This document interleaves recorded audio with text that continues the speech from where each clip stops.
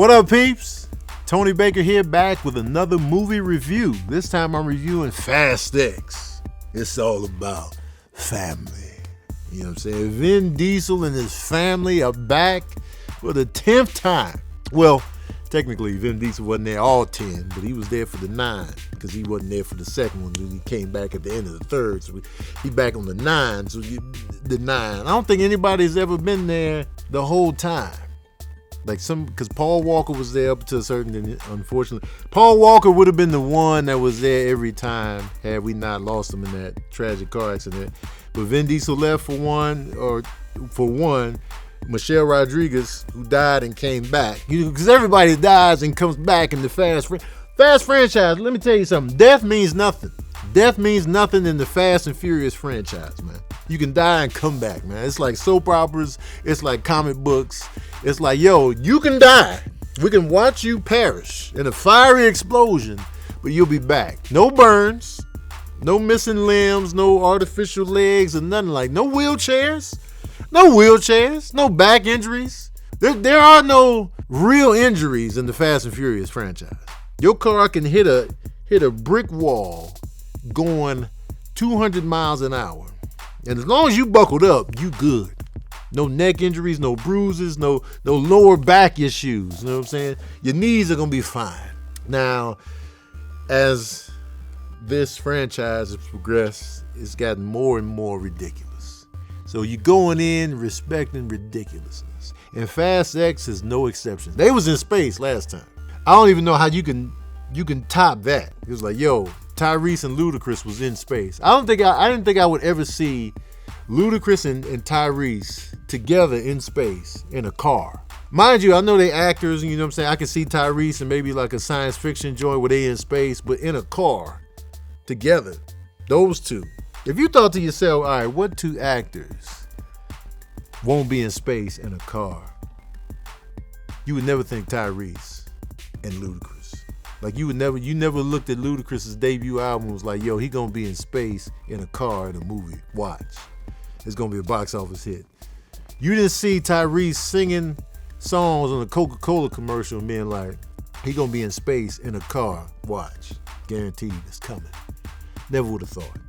Now, this latest Fast movie involves, if we go back to Fast 5, the main villain in that, when they stole the money. Remember when they stole the money and they were driving with those big ass safes, tearing up the city, causing crazy collateral damage, people's lives at risk, cars getting smashed up, police cars hitting dead on. Mind you, I don't know who died.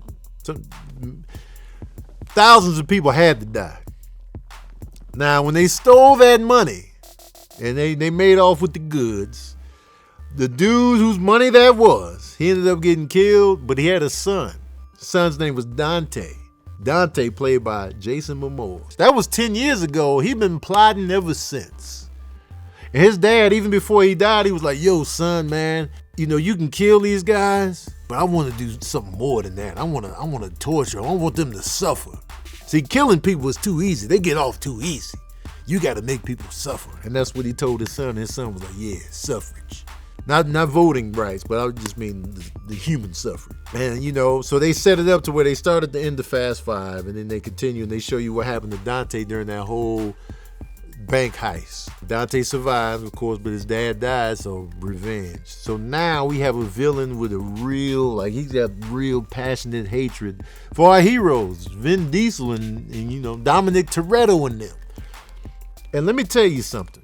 Jason Momoa as the main villain in this movie is a good ass time. He's the best thing about this movie. He is enjoying his damn self in this movie. He's just out there. And I'm like, yo, he was never boring. He was funny, unpredictable, wild. And I was just like, yo, we've never seen a cat like this in this franchise. And I was hitting up Kev because Kev saw it too, and he was just like, yo, he was like the Joker in The Dark Knight, only funnier. I have to agree. He was chaos. He was just like, he always was one step ahead of our heroes. And he's making fun of them, and it's just like, yo, he's making fun of the franchise while being the villain. And it was great. Like, you know, He was the best part of the movie for sure. Sometimes I feel like they were just trying too hard to be funny. Of course, over the top, extra macho-ness and teasiness. But that's all expected. Going into Fast 10, we already know this going in. We know it's just going to be some ridiculous laws of physics broken. It's just going to be ridiculously over the top. And here's one of my main grievances. I'll give you driving your car down a dam while the explosion just keeps coming behind you and dropping the car out of a helicopter and then it lands on the cars below. Nobody's back is broken, none of that. I'll let that fly. I'll let it fly when your car and you make your car go upside down just to knock off an explosive from the underneath and you timed it perfectly and then you land back. I'll give you that. I'm mad that when people are fighting soldiers with helmets on, full helmets, and they punching them, regular fists, punching the helmet, and just punching repeatedly, punching multiple people, punching the helmet. They got full helmet on, getting punched. Jordana Brewster, who probably weighs a good 115, 112, punching full helmets, and it's nothing. No hand broken, no fractures, punching helmet. And they just taking the hits. I'm like, yo, why you got the helmet on if you can't take a punch? You supposed to absorb accidents, and you can't take a punch in the helmet? Have y'all ever punched the helmet? Have y'all ever felt the helmet? Whether it be a football helmet, motorcycle helmet, your hand is shattered. I was just like, man, that was my biggest. I was like, man, come on, man. You punching the helmet? All other stuff I was expecting going in, but it was just like, if we're going to be punching helmets, then where's the reality at? I can handle the flying cars and the explosions and going into space, but punching the helmet with no ramification? It was good to see the cast all together again. Michelle Rodriguez, Tyrese, Ludacris, Natalie, Han, who died in one and then came back. He's back in this. No burns. Jason Statham is back. Goddamn Charlize Theron is back. Helen Mirren is back. Everybody's back. Everybody that didn't die and come back yet is back. Entertaining. Ridiculous. I wasn't bored. It gives you a cliffhanger at the end, the Infinity Ward style cliffhanger. Not to where it was just like quiet in the theater, but it was just like, yo, mid-action scene, it just went off. And I was like, oh, this is what we doing. Okay, bet that. And don't forget to stick around for the post-credits. They got post-credit, so stick around for that. So if you're already into but forget all that. Y'all want to know the smooth jazz review of Fast X. Well, here it is. Oh, yeah. Now, the Fast and Furious franchise is special in regards to,